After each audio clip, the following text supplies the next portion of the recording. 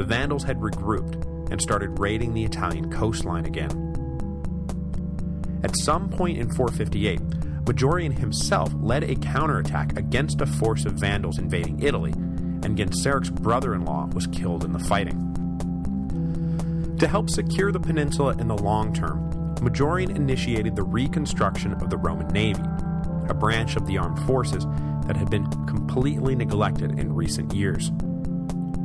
With one fleet based on the Tyrrhenian coast and another based in Ravenna, Majorian hoped to bring an end to 25 years of the Vandals controlling the seas. In the midst of these operations, Majorian received a critical boost to his legitimacy in December 457, when envoys from Constantinople arrived with the news that Leo had decided to officially recognize Majorian as his co-ruler. For the first time in almost 3 years, East and West were on the same page. Constantinople's stamp of approval was going to make it hard for the citizens of the West to argue that Majorian was somehow illegitimate. But even still, the political, military, and religious leadership in Gaul were thoroughly disdainful of Majorian. They were not ready to forgive or forget the overthrow of their man Avitus. Throughout 458, there is evidence that on questions of taxation, the Gallic nobility appealed directly to Constantinople for rulings, and that inscriptions from Lyon were dated only with reference to Leo. No mention is made of Majorian. There is also a passing reference made to a Marcelinian revolt, whatever that was, and whichever Marcellinus happened to be leading it. Majorian and Ricimer wanted Gaul to recognize their authority, but they were not so blind as to think that they were just going to get it for nothing. So, while they built a force of barbarian mercenaries that they planned to use to enforce their will in Gaul, they also laid the groundwork for a friendlier reception than the Gauls were probably planning on giving them right at that moment. And when you are a new ruler looking to make nice with a bunch of people who are not at all predisposed to liking you, what is the number one surefire way to bring them around? Did someone say tax relief? I thought I heard somebody say tax relief, which would be good because the answer is tax relief. As was so often the case, the collection of taxes was these days an intermittent and corrupt sort of thing.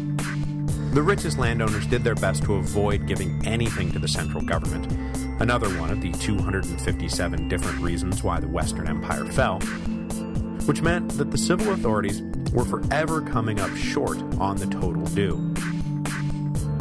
Now, the rules of the game specified that if they failed to collect the proper taxes, that the civil authorities themselves would be on the hook for the shortfall. But these civil authorities, called decurions, were themselves basically middle-class bureaucrats who had no great fortunes to draw upon, and who wielded no significant power over the people who did have great fortunes to draw upon. And so, they usually wound up turning viciously on the lower classes to extort every last dollar they could find. Even then, they all wound up woefully short. So the bottom line was that everyone owed the central government obscene amounts of back taxes, and the middle and lower classes were being passed laws specifically pertaining to Gaul that tried to rein in the rampant corruption, and then announced that the back tax debt was hereby cancelled. So, I can't be all bad. In the autumn of 458, Majorian marched over the Alps at the head of a pretty good-sized army composed mostly of barbarian mercenaries to help bring Gaul under imperial control. Ricimer stayed behind in Italy, setting up the ruling dynamic that would hold for the remainder of the partnership between the two men, Majorian traversing the provinces trying to rebuild the empire, and Ricimer staying behind in Italy to mind the shop. Traveling with the emperor was a top lieutenant who had just been promoted to the rank of Magister Militum for Gaul. With the imperial authorities not really in charge of Gaul right at the moment, the promotion was more aspirational than factual. But in very shorter order than one might reasonably expect, it would be quite factual. And then, it would become something more. So take note of the name Aegidius. the promoted officer in question, because we are not done with him by a long shot. The court of Ravenna had managed to hang on to the Gallic territory immediately abutting the Alps, but beyond that, Majorian had his work cut out for him.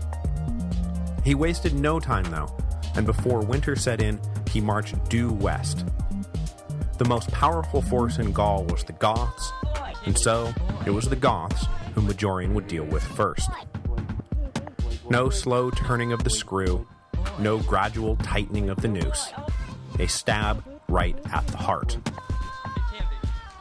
Theodoric II mustered an army when it became clear that the emperor was on his way, because there was no way he was just going to roll over. Avitus had finally given the Goths license to territorially expand to their heart's content. Theodoric planned to defend that right to the hilt.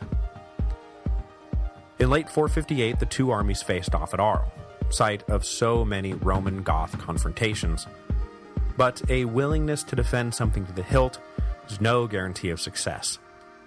Majorian's army smashed the Goths up and won a decisive victory. Theodoric was forced to concede the rights Avitus had given him, and it was back to being a federated ally of Rome, to be used and not used at Ravenna's discretion. With the Goths cowed, the Gallo-Roman nobility had to take a good hard look at the situation and decide how much they were going to continue to resist the new regime. They may not like Majorian or what he had done to Avitus, but man, look at what he just did to the Goths.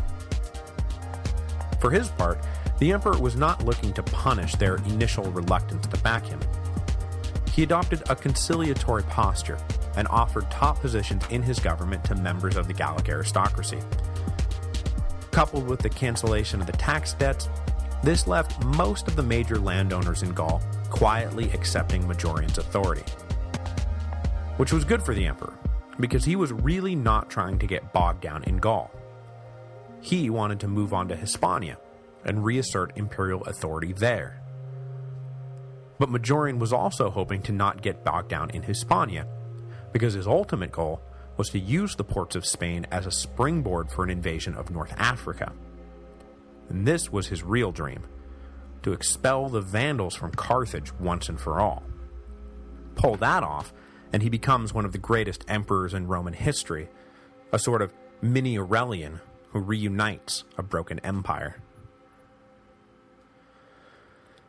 But first he had to make sure that he was launching from a secure base. The lands taken by the Goths were easily redrawn onto the Roman side of the map, but actually securing them, in fact, was a different story. The locals were starting to get ideas that maybe they didn't need to listen to anyone anymore, and so Majorian had to march around showing the colors to remind them all that, yes, there is still an empire, and yes, you still need to pay your taxes. Majorian also hoped to finally lance a boil that had been festering up in northern Spain since way back right after the great New Year's Eve barbarian invasion of 405. A Germanic tribe called the Suebi had followed the Vandals and Alans into Spain, but they had stayed behind when Genseric led his people across the Strait of Gibraltar. Ever since, they had lived as a small de facto independent kingdom in northwest Spain. Majorian planned to crush them and return the whole of the peninsula to direct imperial control. Couple this with his plan to retake North Africa, and it is clear that Majorian wanted to write the final chapter of the New Year's invasion by destroying the last remnants of the invaders. While his army was off campaigning against Spanish holdouts, Majorian went down to the coast to initiate the construction of an invasion fleet. When Genseric found out what the Romans were up to, he started to worry a little bit. This new emperor was not like previous emperors, who had been docile toward, and even a little neglectful of, the Vandals. This Majorian, on the other hand, seemed obsessed. The new Roman fleet under construction in Italy was starting to hit the water. The emperor had himself beaten the Vandals in battle and killed Genseric's brother-in-law. and now an invasion fleet was under construction in Spain? I imagine that Genseric was missing old Aetius just about now. So the Vandal king did what any good statesman would do if he started to believe that the military balance of power was starting to shift against him. He offered to negotiate a settlement. But Genseric's newfound desire to talk was likely met with a few incredulous guffaws throughout the halls of Roman power. The courts of both East and West had been regularly sending diplomatic missions to North Africa since the sack of Rome, trying to get the Vandals to back off, and they had just as regularly been greeted by a dismissive wave of the hand. In its strength, now Genseric wants to talk? He was not going to get off that easily. This time, it was the Vandal emissaries who were dismissed. Rebuffed, Genseric took the rather extreme step of launching a scorched earth campaign against the North African province of Mauritania. But, you ask, isn't that territory held by the Vandals? Why would they want to scorch their own land? Well, to make life extremely difficult for the invading Romans, of course. Scorched earth meant no living off the land. It meant the Romans would be slowed down because they would be tied down to supply ships from Spain. But the Vandal king also launched a second initiative, one that would prove to be more directly successful, in which, I'm sure the people of Mauritania loved this, made the scorching of their earth totally unnecessary. The timeline gets a little muddled here, and it's difficult to tell whether this all happened in 460 or 461, but Vandal saboteurs were able to bribe or trick their way into the shipyards where the Roman invasion fleet was under construction in Spain, and once inside, these saboteurs went to work with the torches. Before anyone knew what happened, the entire fleet was in flames, and then it sunk to the bottom of the ocean. When Majorian learned what had happened, he surveyed the damage report with a resigned sigh. That fleet had been pushing the imperial budget to the limit. There was no way they could just start again from scratch. Bitterly disappointed, Majorian canceled the planned invasion. It was time to head back to Italy and regroup. So it's tough to tell when this actually happened, because all our fine sources say is that after Genseric torched the fleet, Majorian left Spain and headed back to Italy. Some imply that this was a bang-bang thing, and further imply that it was the loss of the fleet that caused the fatal rift between Majorian and Ricimer. Others imply that the fleet was destroyed sometime in 460, so it's possible that Majorian lingered in country for a while before leaving, or that he immediately left Spain but lingered in Gaul for a while before deciding to return to Italy. Whatever the exact order of events, in the spring of 461, Majorian was back in Arles and preparing to return to Italy. By the time he left Arles, it is almost certain that Ricimer had decided to move against him. Which brings us to the question of why Ricimer decided to take out his longtime partner/accomplice/protege, Majorian. They had been serving together for at least 20 years, going back to the campaigns of Aetius in Gaul. Ricimer had been the voice calling for Majorian's rehabilitation following the death of Aetius. The two had subsequently teamed up to form a powerful political